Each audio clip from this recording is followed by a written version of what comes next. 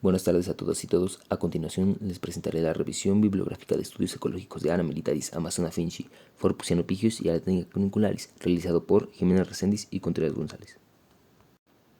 México ha sido consciente de su riqueza de especies de aves desde épocas prehispánicas, teniendo representaciones iconográficas en su arquitectura, cerámica y murales, evidenciando la convivencia entre los grupos culturales de cada región con las aves existentes en estas, ocupando así el 12º lugar a nivel mundial en riqueza de aves, igual que el primero de Norteamérica con más de 1000 especies.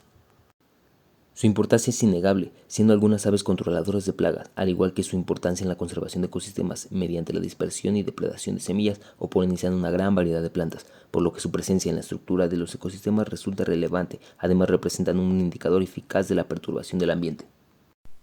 Pero uno de los grupos de aves más interesantes e impactados por el ser humano son los citácidos, conocidos como loros, pericos y guacamayas, siendo México poseedor de 22 de las 150 especies en el mundo, las cuales se encuentran todas bajo alguna categoría de riesgo según normas nacionales e internacionales, y su vulnerabilidad se debe en gran medida a las actividades humanas a las que están sujetas, tales como la extracción para su comercialización y la pérdida, fragmentación y degradación de su hábitat.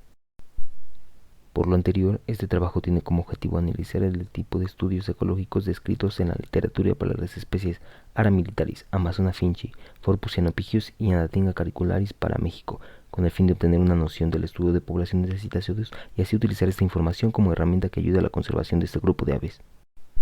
Para conocer la información disponible acerca de las especies de citácidos, se realizó una revisión bibliográfica a través de las bases de datos de la Dirección General de la UNAM, TESIUNAM, Google Academic, entre otros, analizando los resultados en términos de reproducción, dieta, hábitat y organismos con los que compite e interactúa en general. Mediante redes de interacción se describieron las relaciones de esas especies de citácidos presentadas con otras especies, el medio biótico, plantas, animales, con el fin de evaluar el papel ecológico de estas especies dentro del ambiente y obtener datos que puedan ser utilizados para su conservación.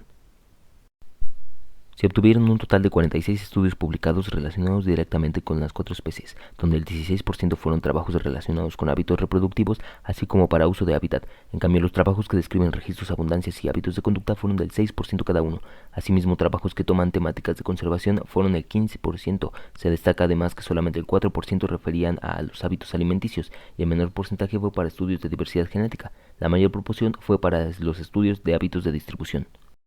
La especie que presentó un mayor número de trabajos fue la guacamaya verde con 20, seguido por el perico corona lila con 14, perico frente naranja con 9 y únicamente se hallaron 3 trabajos para el periquito catarino.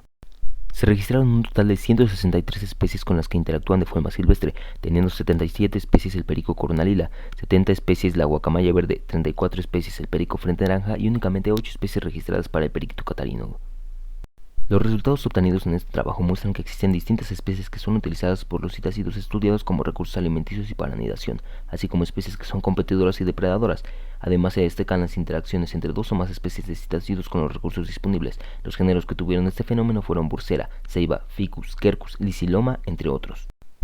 En general, en México existen relativamente pocos estudios sobre monitoreo poblacional de citácidos silvestres donde se contraste la abundancia en respuesta a diferentes niveles de alteración del hábitat y su uso y aprovechamiento. Para el análisis de redes de interacción muestran que es casi el 30% de las conexiones totales posibles en la trama interactuante, además de tener un nivel de interacción de la mayoría de las especies, y siendo más robusto el nivel inferior que el superior, siendo entonces más sensible a la pérdida de especies en la red, lo que confirma que, como depredadores de semilla, los loros tienen un impacto importante en el ambiente, particularmente en hábitats fragmentados o alterados. Con tasas actuales de deforestación, el hábitat disponible para los loros se reduce cada vez más a restos de bosques dentro de un mosaico de tierras agrícolas. Por tanto, es importante conservar suficientes áreas y hábitat para loros y proyectar el impacto de la fragmentación en poblaciones de loros.